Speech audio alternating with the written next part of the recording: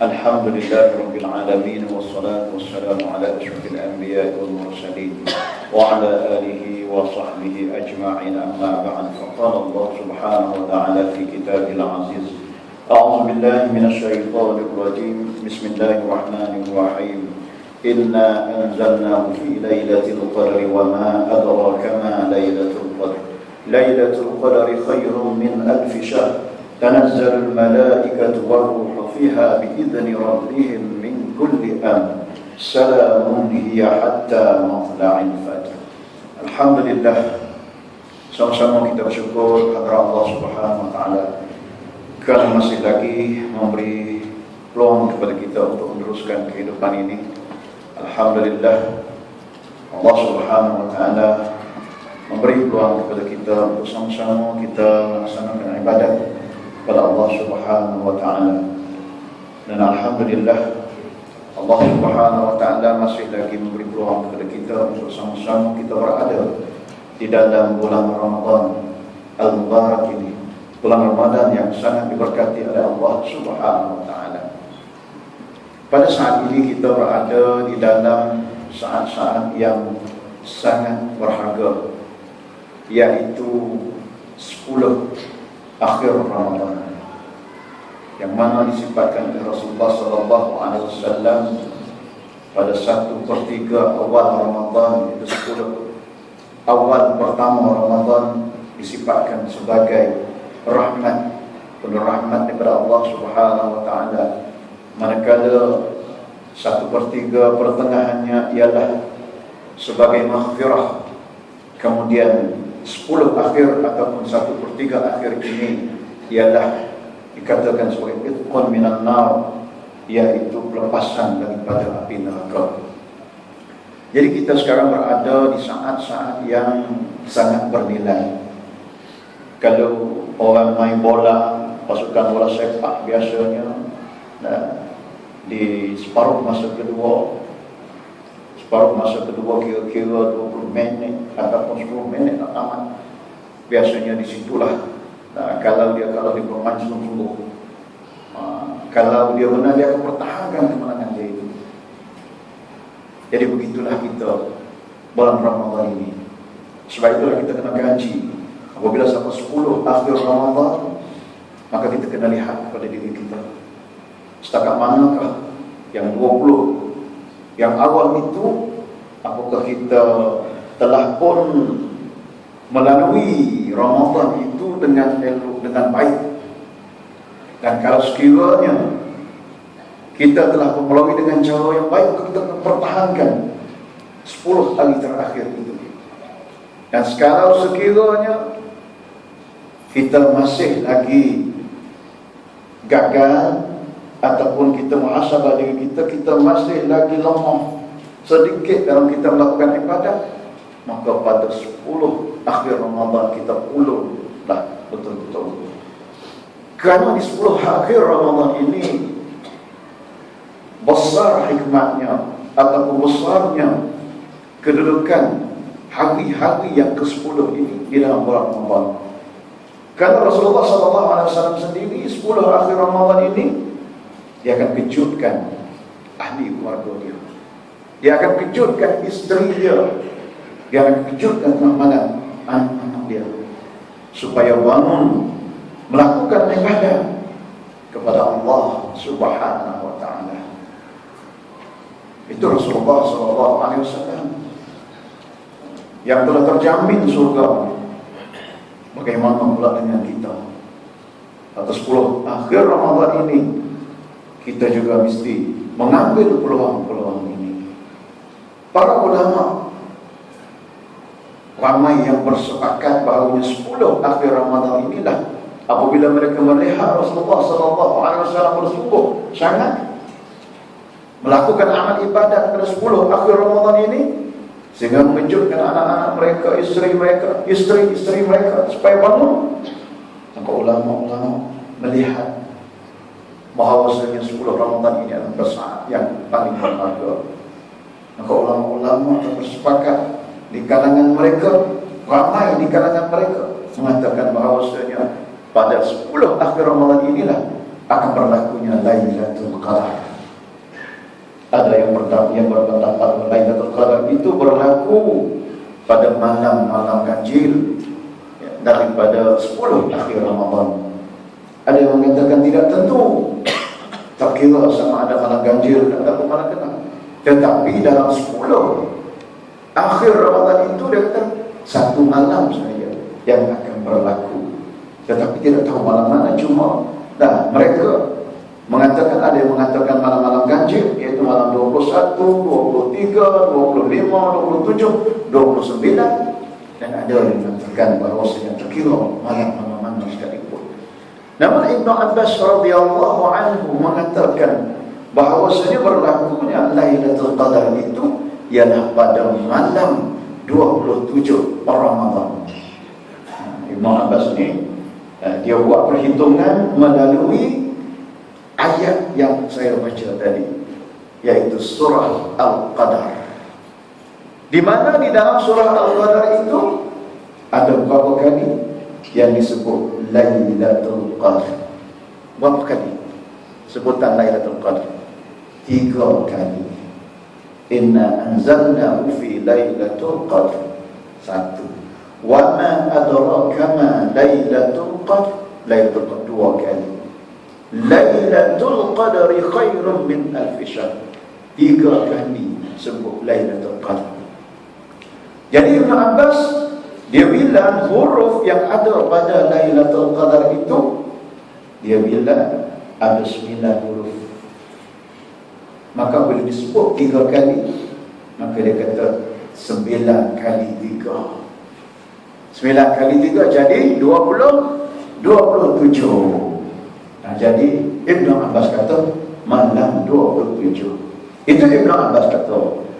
Ulama-ulama, jadi dalam soal bilakah malam berlakunya Lailatul Qadar itu, ulama berselisih pendapat. Jadi oleh kerana banyaknya pandangan ulama tadi dalam soal malam Lailatul Qadar tadi, sebab itulah kita jangan melepaskan peluang kita. Kalau boleh 10 akhir ini kita pulang betul-betul, yang mana satu malam daripadanya akan berlakulah Lailatul Qadar. Okey, kita sekarang ini telah melepas semalam malam 26. Maknanya dah melalui dah 21, 22, 23, 24, 25, 26. Mana kita ada lagi 27 malam ini, 28 malam esok, kemudian 29 malam seterusnya, kemudian malam 30. Kalau sekiranya hari raya jatuh pada hari Rabu, maknanya kita puasa 30 hari. Jadi ada peluang 4 hari lagi. InsyaAllah kita pulangkan betul-betul, pulang betul-betul dalam masa 4 hari ini. Mudah-mudahan berlakunya Lailatul Qadar. Kalau kita dah pulang yang depan, alhamdulillah, maka ada 4 hari lagi. Maka bermula dari 21 hingga 30 ini sudah tentu kita akan dapat Lailatul Qadar. Apakah dia Lailatul Qadar yang kita sangat Rasulullah Rasulullah yang sudah pun dikira terjaminnya surga itu pun mencari Lailatul Qadar, buat amal ibadat. Apa kelebihan yang begitu sekali? Maka jelas dijelaskan dalam Al-Quran, yaitu sumber hukum yang pertama yang wajib kita percaya dan kita yakin, yang disebut di situ Lailatul Qadri khairun min alfi syahr. Itulah kelebihan yang besar berlaku pada Lailatul Qadar, yang mana akan berlaku setiap tahun sekali, yaitu pada bulan Ramadan. Pasti akan berlaku. Kalau peneluran Al-Quran itu dulu, pada zaman Rasulullah dulu, sekali dan zaman kita ini pasti akan berlaku. Pada setiap kali bulan Ramadan pasti akan berlaku. Seharinya ataupun satu malamnya, yaitu dikatakan Lailatul Qadar khairun min alfi syahr, yang mana sesiapa yang melakukan amal ibadat pada malam tersebut maka pahalanya. Kalau satu ibadah pun, maka satu ibadah itu seolah-olah dia telah melakukan ibadah lebih daripada 1000 bulan. Khairun maknanya lebih baik, lebih. Nah, kalau 1000 bulan 83 hari 4 bulan, dan 83 tahun 4 bulan. Tetapi apabila dikatakan lebih, mana lebih daripada itu? Pahalanya lebih daripada 1000 bulan. Kita lakukan satu ibadah seolah-olah kita buat satu ibadah tersebut. Kalau satu ibadah seperti 83 tahun 4 bulan.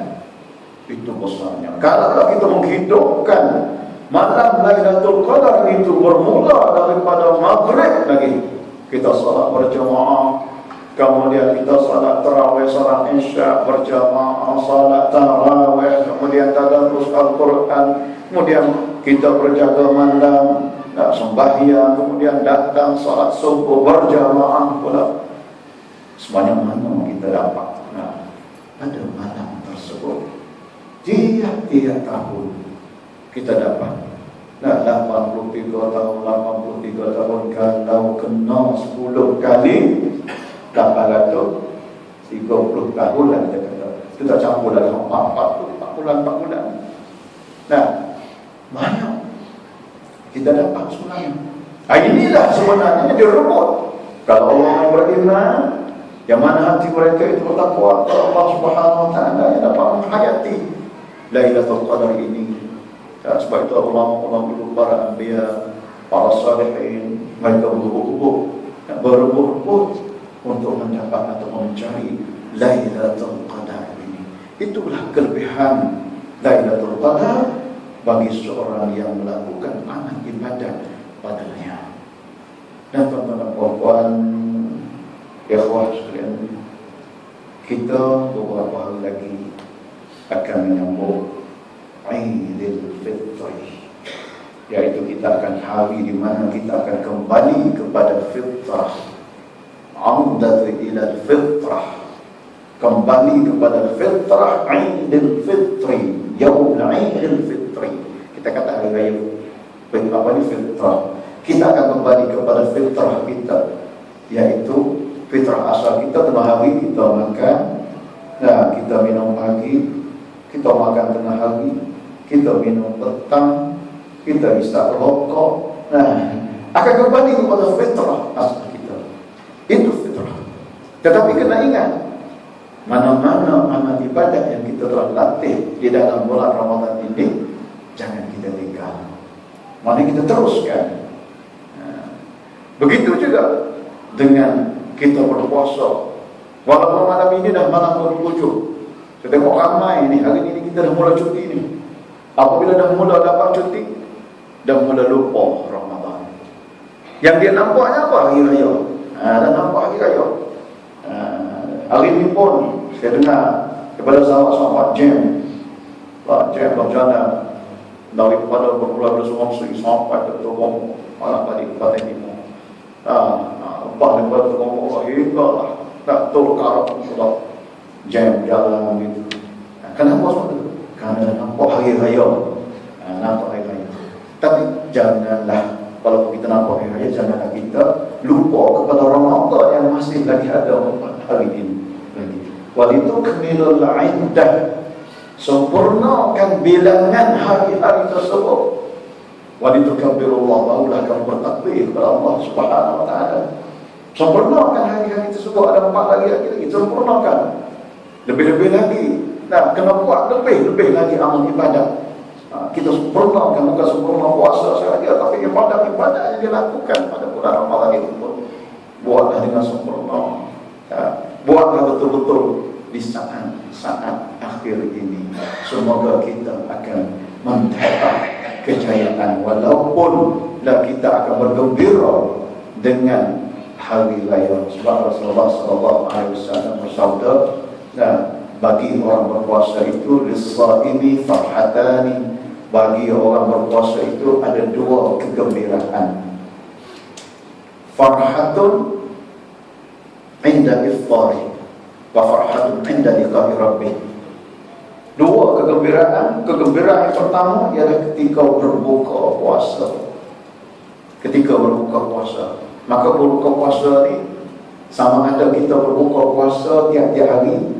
Kita kadang kita lapar dahaga, apabila dah 5 minit azan kita tengok televisi, apabila dah sampai kempen-kempen yang dekat-dekat nak buka lah, kita kata suka ni kita lah, tunggu di meja. Kemudian apabila sampai rumah, Allah malakasumma wa bika amna suka. Kemudian tanya dah azan dah? Belum lagi. Kemudian asal kita sebut buka sebab kita kadang lapar. Maka kita makan itulah, dan makan adalah kadang kita makan enak, sedap, sebab kita lapar, suka kita. Dan satu lagi dia katakan kegembiraan ketika berbuka ialah ketika mana berlakunya hari raya. Selepas daripada hari kita berbuka, kita tak puasa dah, kita tak puasa dah. Maka pada hari itulah, hari raya itu kita bersuka ria, dan kita pergi menziarahi. Kemudian dari hari raya pula kita hendaklah menjaga syariat Allah Subhanahu Wa Taala, dan kita melanggar syariat Allah Subhanahu Wa Taala walaupun kita bersukaria setelah kita berpuasa sebulan Ramadan. Dan yang sebutlah dalam nyanyi tu, dah puasa bulan Ramadan ni dia joget pula. Jadi dia buat maksiat, dah bersuka dalam keadaan maksiat, itu tak betul, itu melanggar syariat Allah Subhanahu Wa Taala. Jadi kita kena jaga macam mana berjaga Islam kita, agama kita mengajak kita menyambut hari raya. Dan satu lagi kegembiraan ialah apabila kita berjumpa dengan Allah Subhanahu Wa Taala di akhirat nanti, di mana Allah Subhanahu Wa Taala akan membalaskan pahala puasa kita, yang mana disebut bahawasanya wa ana ajzi bih. Dalam hadis kata, aku yang akan membalaskan pahala orang yang berpuasa tadi. Itu kegembiraan yang dirahmati Allah. Jadi insya-Allah ya, 4 hari lagi yang kita ada ini, maka kita gunakanlah, kita manfaatkanlah betul-betul dan masa yang ada ini agar kita mendapat apa yang dikatakan la'allakum tattaqun, kita betul-betul mendapat kejayaan yang apa daripada Allah Subhanahu Wa Taala dengan sebulan Ramadan yang kita lalui ini, dan kita menyambut ya hari raya nanti dengan keadaan yang benar-benar ya diredai oleh Allah Subhanahu Wa Taala. Bila sebut walitukabbirullaha ala ma hadakum, maka anda akan bertakbir kepada Allah Subhanahu Wa Taala dengan apa yang telah Allah Subhanahu Wa Taala beri kejayaan kepada kamu, telah memberi hidayah kepada kamu beribadah, berpuasa dengan baik pada bulan Ramadan. Jadi sama-samalah ya kita hayat kita segera pada malam ini untuk peringatan kepada diri saya dan juga kepada tuan-tuan sekalian. Jadi saya rasa saya itulah segera ringkas saja untuk malam ini. Mudah-mudahan kita semua akan dirahmati oleh Allah Subhanahu Wa Taala. Qul qawli hadza wa astaghfirullah li wa lakum. Wassalamu alaikum